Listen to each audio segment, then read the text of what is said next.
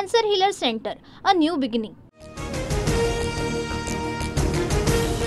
भरत गोगावले तातडीने मुंबईसाठी रवाना। मुंबईत येण्यासाठी एकनाथ शिंदेंचा गोगावलेंना फोन। रायगडच्या पालकमंत्री पदाचा तिढा कायम असतानाच मुंबई वारीला महत्त्व, मात्र पक्षाच्या कामासाठी बोलावल्याचं गोगावलेंचं म्हणणं।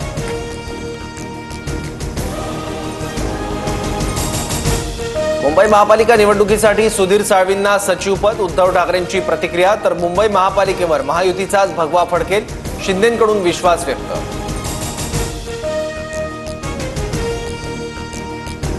अमित शहांकडून महाराजांचा एकेरी उल्लेख करत अपमान, मग करा कडेलोट, संजय राऊतांचं विधान। औरंगजेबाच्या थडग्याला शहांनी समाधीचा दर्जा दिला, रायगडावर कबरीचा समाधी असा उल्लेख केल्यावरूनही टीका। अमित शहा शिवभक्त म्हणून पवित्र भावनेने रायगडावर आले होते। काही जण विपरीत घडवण्याच्या उद्देशाने मुद्दाम अपप्रचार करतात। संजय राऊतांच्या टीकेवर सुधीर मुनगंटीवारांचं प्रत्युत्तर। एकनाथ शिंदेंची अमित शहांसोबत सह्याद्री अतिथीगृहावर तासभर चर्चा। निधी वाटपाबाबत चर्चा झाल्याची सूत्रांची माहिती। तुमच्या योगदानाकडे दुर्लक्ष करता येणार नाही, शहांकडूनही शिंदेंना सकारात्मक प्रतिसाद।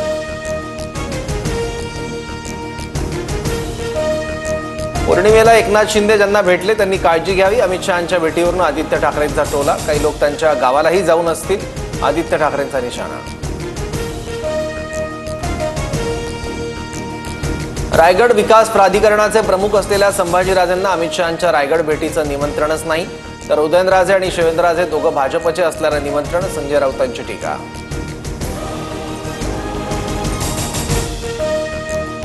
प्रशांत कोरटकरला संरक्षण देणं चुकीचं, सुधीर मुनगंटीवारांचा सरकारला घरचा आहे। सुरक्षा असेल तर ती फडणवीस काढून घेतील, शिवरायांचा अवमान करणाऱ्यांना सुरक्षा देण्याची गरज नाही, मुनगंटीवारांची प्रतिक्रिया।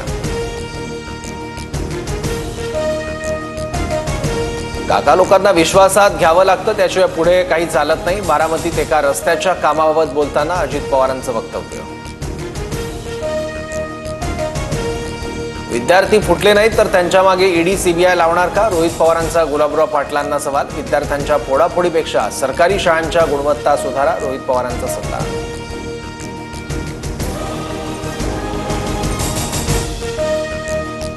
कल्याणमध्ये अल्पवयीन मुलीवर अत्याचार करणाऱ्या विशाल गवळीची आत्महत्या। तळोजा जेलमध्ये पहाटे टॉवेलनं गळफास घेतल्याची माहिती। 3.5 महिन्यांपासून जेलमध्ये असलेल्या आरोपीचं टोकाचं पाऊल।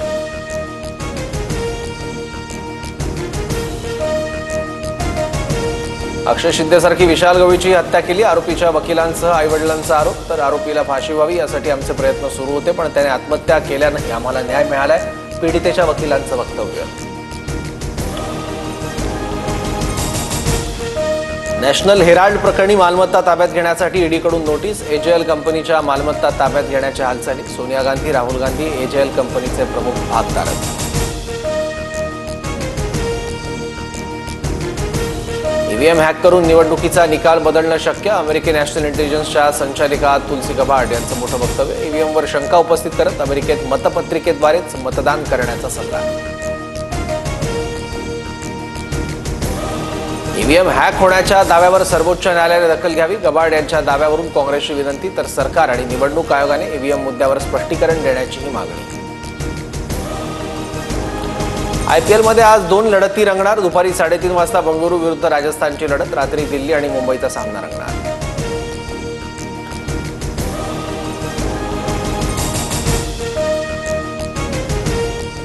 Cancer Healer Center, a new beginning.